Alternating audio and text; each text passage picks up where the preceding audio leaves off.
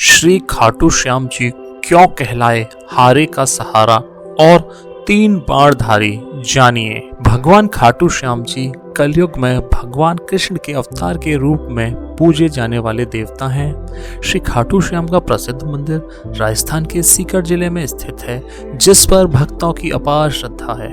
पौराणिक व धार्मिक कथाओं के अनुसार खाटू श्याम का संबंध महाभारत काल से है। महाभारत काल में खाटू श्याम का नाम बर्बरीक था, जो पांडव पुत्र भीम के पौत्र घटोत्कच के बेटे थे।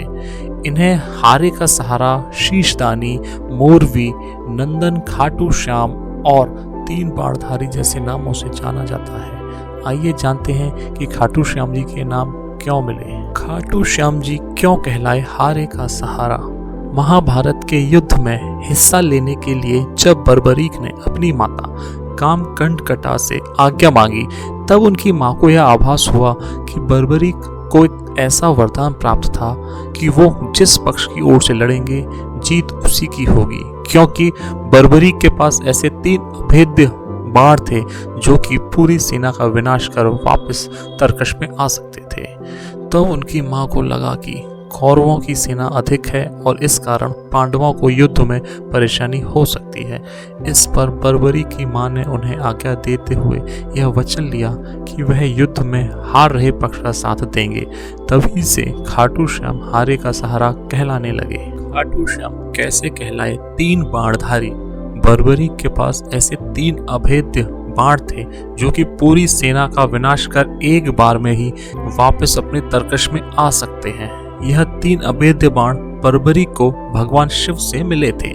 इन बाणों में इतनी शक्ति थी कि यदि बर्बरीक इनका प्रयोग महाभारत युद्ध के दौरान करते तो यह पूरा युद्ध केवल इन तीन बाणों से ही खत्म किया जा सकता था। इसीलिए खाटू श्याम जी को तीन बाणधारी भी कहा जाता है। खाटू श्याम कैसे कहलाए शीशदानी। जब बर्बरीक युद्ध में भाग लेने निकले, तब भगवान श्री कृष्ण ने ब्राह्मण का रूप बनाकर बर्बरीक से उनका शीशदान में मांग लिया। भगवान श्री कृष्ण तो पहले से ही युद्ध का परिणाम जानते थे। उन्हें मालूम था कि विशाल सेना होने पर भी युद्ध का कमजोर पक्ष कौरव है। इसीलिए बर्बरीक कौरवों की ओर से लड़े तो जीत निश्चित ही कौरवों की होगी। इसीलिए श्री कृष्ण ने बर्बरीक से उनका शीश दान में मांग लिया। बर्बरीक ने भी क्षण भर में ही अपना शीश कृष्ण को दान कर दिया। लेकिन बर्बरीक ने श्री कृष्ण से कहा कि वह महाभारत का युद्ध देखना चाहते हैं। ऐसे में श्री कृष्ण ने बर्बरीक के सिर को एक ऊंचे स्थान पर रख दिया। शीशदान करने के कारण ही उन्हें शीशदानी भी कहा जाता है। बर्बरीक की भक्ति देखकर श्री कृष्ण प्रसन्न हुए और उन्हें वरदान दिया कि तुम कलयुग में मेरे नाम से पूजे जाओगे।